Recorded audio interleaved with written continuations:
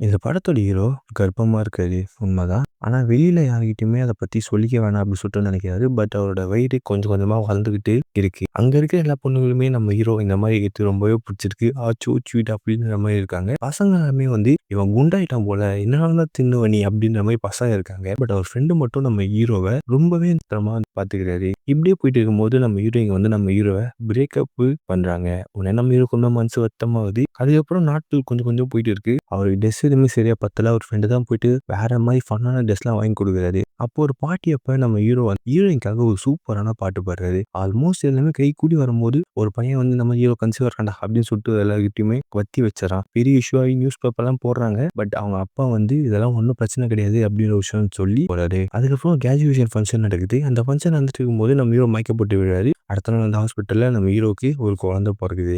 அது வச்சு நான் ஜாலியா இருக்கும்போது, ஏகப்பட்ட பேர் வெளில வந்து திட்டினவங்க எல்லாமே நம்ம ஹீரோக்கு இப்ப ஆதரவு குடுக்குறாங்க.